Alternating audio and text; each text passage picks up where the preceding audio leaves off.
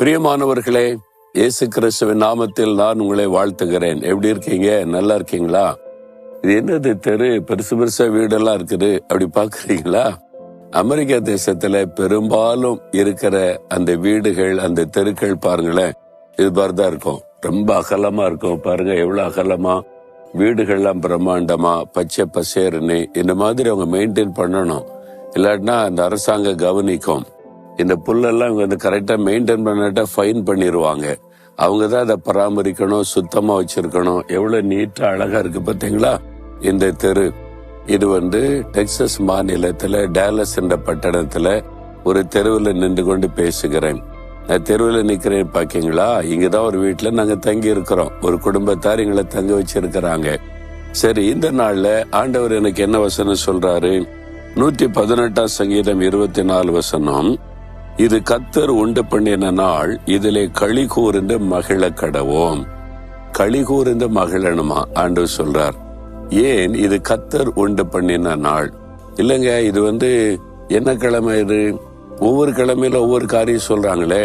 இந்த கிழமை சரியில்லை, அந்த கிழமை சரியில்லை, இந்த கிழக்கு சூலம் இது சரியில்லாத நாள் அப்படிலாம் சொல்றாங்களேன்னா, எல்லா நாளும் கர்த்தர் உண்டு பண்ணின நாள்.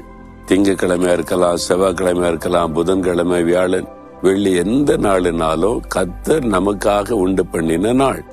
அதனால களி கூர்ந்து மகிழன். ஆண்டவரே, இந்த நாள் எனக்காக நீர் உண்டு பண்ணின நாள். அப்படின்னா என்ன அர்த்தம்? இந்த நாள்ல உங்களுடைய காரியத்துல இயேசு அற்புதம் செய்து ஆசீர்வதிக்க போகிறார். ஏதோ ஒரு காரியத்தை குறித்து கலங்குறீங்களா? இந்த நாள் நல்லா இல்லையே, இந்த நேரம் சரியில்லையே, இந்த திசை சரியில்லையே அப்படிலாம் நினைக்கிறீங்களா? அதெல்லாம் ஒண்ணு பார்க்காதங்க. ஆண்டவர் நம்ம கூட இருந்தா எல்லா நாளும் நல்ல நாள், எல்லா நேரமும் நல்ல நேரம். ஆண்டவர் அழகாக நடத்துவார். அதனால இது கர்த்தர் உண்டு பண்ணி கொடுத்திருக்கிற ஒரு நாள். இந்த நாள்ல நீங்க மகிழ்ந்து இருக்கணுமா? கர்த்தருக்குள்ள நீங்க மகிழ்ந்த, ஆண்டவரே, இது நீர் எனக்கு உண்டு பண்ணி கொடுத்த நாள், அதற்காக துதிக்கிறேன். இது உம்முடைய நாளா இருக்கிறதுனால இன்றைக்கு என் வாழ்க்கையில ஆசீர்வாதத்தை தர போறீங்க. இந்த காரியத்தை வாய்க்க பண்ண போறீங்க. நான் ஜெபிக்கிற இந்த காரியத்தில் அற்புதம் நடக்க போகிறது. ஒரு விடுதலை பார்க்க போகிறேன், சுகத்தை நான் பார்க்க போகிறேன். எனக்காக ஒரு அதிசயத்தை இன்னைக்கு செய்ய போறீங்க. நான் விசுவாசிக்கிறேன்னு துதிச்சு பாருங்க. இன்றைக்கு நீங்கள் விரும்பின காரியத்தில் அற்புதம் நடக்கும். நீங்க மகிழ்ந்து இருந்தாதான் அற்புதம் செய்வார். இல்ல இன்னைக்கு நாள் சரியில்லை, இந்த திசை சரியில்லைன்றாங்க, ராகு கால எமக்கண்டோன்றாங்க, எப்படி இன்றைக்கு காரியெல்லாம் நடக்குமா அப்படி கலங்குனீங்கன்னா ஆண்டவர் அற்புதம் செய்ய முடியாது. எந்த நாளா இருக்கட்டும், கர்த்தர் என் கூட இருக்கிறாரு. அவர் ஜெயம் கொடுக்கிற தேவன், வாய்க்க பண்ணுகிற தேவன், அற்புதமாய் நடத்துவார் அப்படின்னு விசுவாசித்து மகிழ்ச்சியோட, ஆண்டவரே இயேசுவே, நீர் என் கூட இருக்கிறீங்க, அது எனக்கு போதும். நீ எனக்கு கூட இருந்து எனக்கு அற்புதம் செய்ய போறீங்கன்னு ஸ்தோத்தரித்து பாருங்க. நீங்க ஜெபிக்கிற காரியத்துல இன்றைக்கு ஒரு அற்புதம் நடக்கும். இது உங்களை தேவன் மகிழ்விக்கிற ஒரு நாள். நீங்க மகிழ்ந்து களி கூறணும், ஆண்டவருக்குள்ள சந்தோஷமா இருக்கணும்.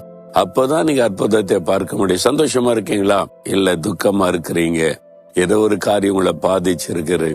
ஆண்டவர் சொல்ல, நான் தான் உன் கூட இருக்கிறேன்னு, மகனே மகளே, உன் கூட இருக்கிறல்ல, நீ சந்தோஷப்பட்டு மகிழ்ந்து களி கூற, நான் பாத்துக்கிறேன் அப்படின்னு சொல்றார்.